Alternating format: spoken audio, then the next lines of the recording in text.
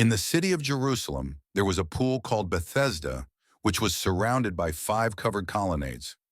This pool was known for its healing properties, and many disabled people, blind, lame, and paralyzed, used to lie there, waiting for the waters to be stirred.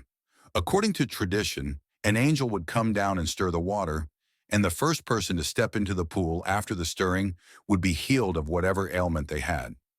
Among the multitude of sick people was a man who had been an invalid for 38 years. Day after day he lay there, hoping for a chance to be healed. But he had no one to help him into the pool when the water was stirred. His situation seemed hopeless. One day Jesus went to Jerusalem for a feast of the Jews and came to the pool of Bethesda. Seeing the man lying there and knowing that he had been in this condition for a long time, Jesus asked him, "Do you want to get well?" The invalid replied, "Sir, I have no one to help me into the pool when the water is stirred. While I am trying to get in, someone else goes down ahead of me." Jesus said to him, "Get up, pick up your mat and walk." Immediately the man was cured. He picked up his mat and walked. This miracle took place on the Sabbath, a day of rest for the Jews. The Jewish leaders saw the man carrying his mat and said to him, "It is the Sabbath. The law forbids you to carry your mat." But the man replied, "The man who made me well said to me, 'Pick up your mat and walk.'" They asked him, "Who is this fellow who told you to pick it up and walk?" But the man who was healed had no idea who it was, for Jesus had slipped away into the crowd. Later, Jesus found the man at the temple and said to him, "See, you are well again. Stop sinning or something worse may happen to you." The man went away and told the Jewish leaders that it was Jesus who had made him well. Lessons for our day-to-day life: hope and perseverance. The man had been an invalid for 38 years, yet he continued to stay by the pool, hoping for healing. This teaches us the importance of hope and perseverance in the face of long-term challenges. Even when situations seem hopeless, maintaining faith and persistence can lead to unexpected blessings. God's timing.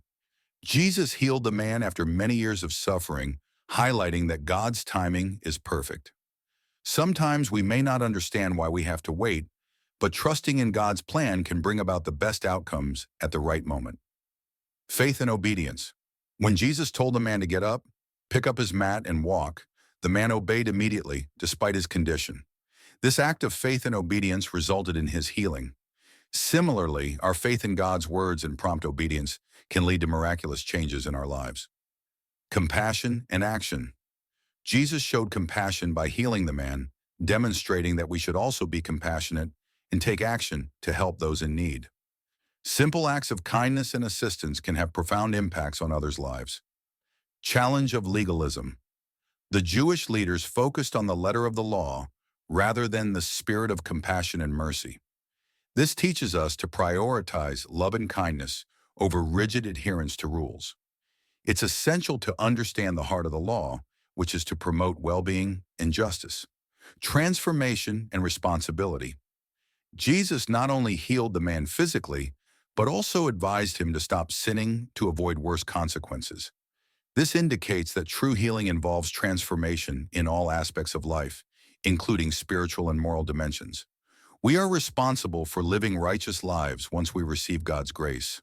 By reflecting on this story, we can draw strength and guidance for our daily lives, knowing that with faith, perseverance, and compassion, we can overcome challenges and experience God's transformative power.